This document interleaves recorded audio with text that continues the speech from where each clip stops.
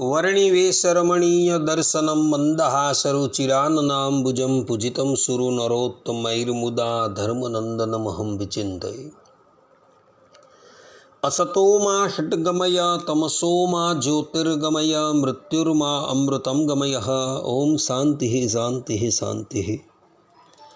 अस्मद्गुरुसमारम्भां नाथयामुनमध्यमां लक्ष्मीवल्लभपर्यन्तां वंदे गुरुपरंपरा।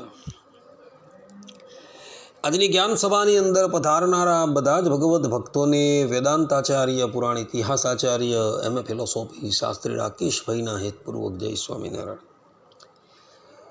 ભક્તો, આજની આ જ્ઞાન સભાની અંદર આપણે બધા ભાદરવા સુધી પૂર્ણિમાથી લઈ ભાદરવા વદી અમાવાસ્યા પર્યંત જ શ્રાદ્ધ કેમ કરવામાં આવે છે આ વિષય પર થોડી વાત શ્રવણ કરશું. તો બધા જ શ્રોતાગણો આ પ્રવચન એકાગ્ર મને કરીને શ્રવણ કરે.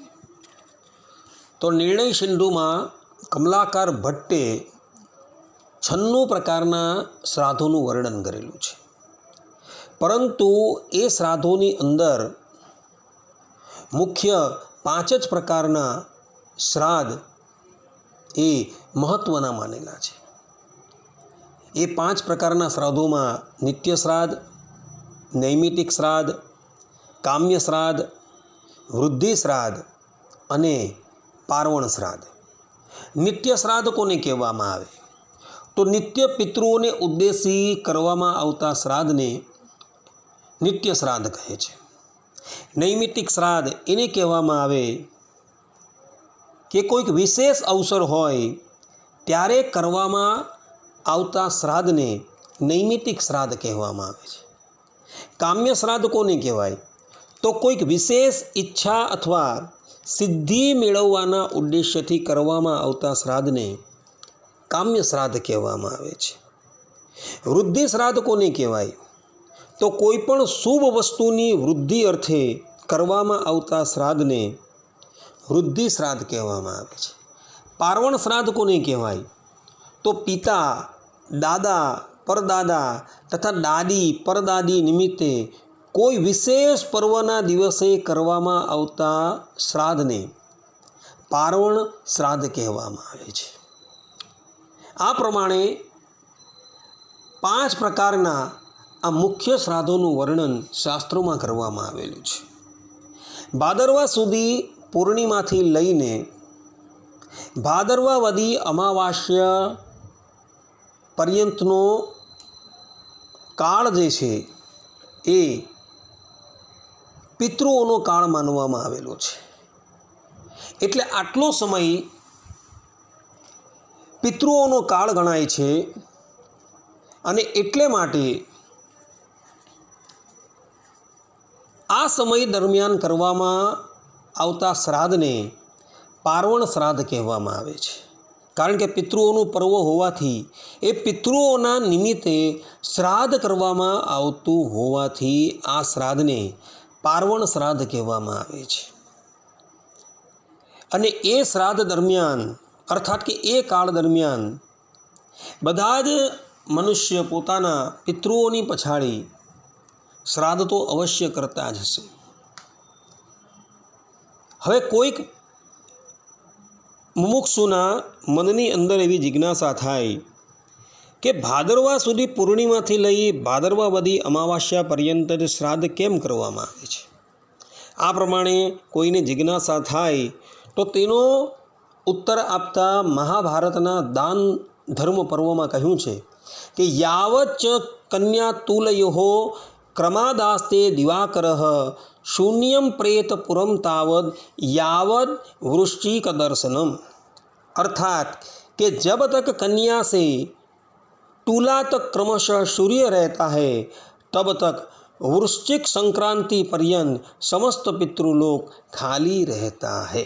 કહેવાનું તાત્પર્ય અહીં એ છે કે જ્યાં સુધી કન્યાથી તુલા રાશિ પર્યંત સૂર્ય રહે છે ત્યાં સુધી પિતૃલોક ખાલી રહે છે. ભાદરવા સુધી પૂર્ણિમાથી લઈને ભાદરવા વદી અમાવાસ્યા પર્યંત સૂર્ય કન્યા રાશિથી લઈ તુલા રાશિમાં રહેતો હોય છે અને એ સમય દરમિયાન પિતૃલોક ખાલી થઈ જાય છે અને પિતૃલોકો ક્યાં જાય છે તો પિતૃલોકો મનુષ્ય લોકમાં આવેલા પોતાના પરિવાર પાસે આવી જાય છે.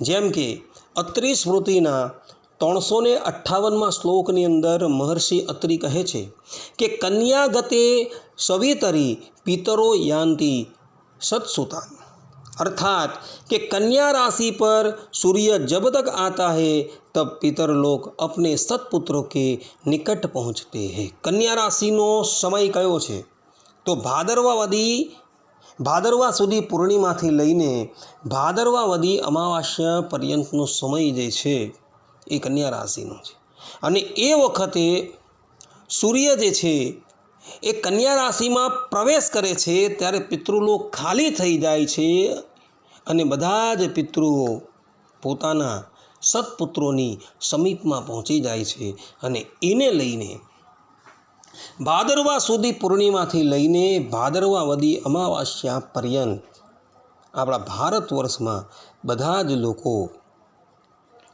પોતાના પિતૃઓ બજાડી શ્રાદ્ધ કરતા હોય છે. પરંતુ જે લોકો આ સમય દરમિયાન શ્રાદ્ધ નથી કરતા એ લોકોની ગણના મહાપાપીમાં કરવામાં આવેલી છે.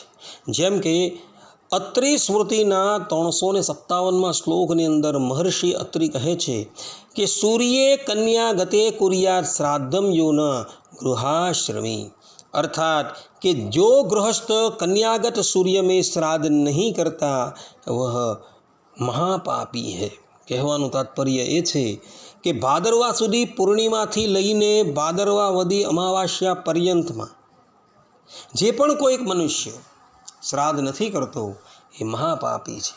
માટે ભક્તો, જે તિથિએ તમારા માતા પિતા દાદા ઇત્યાદિ પરલોકવાસી થયા હોય અને એ તિથિ ભાદરવા સુધી પૂર્ણિમાથી લઈને ભાદરવા વધી અમાવાસ્યા પર્યંતમાં આવતી હોય તો એ તિથિએ તમે શ્રાદ્ધ અવશ્ય કરજો.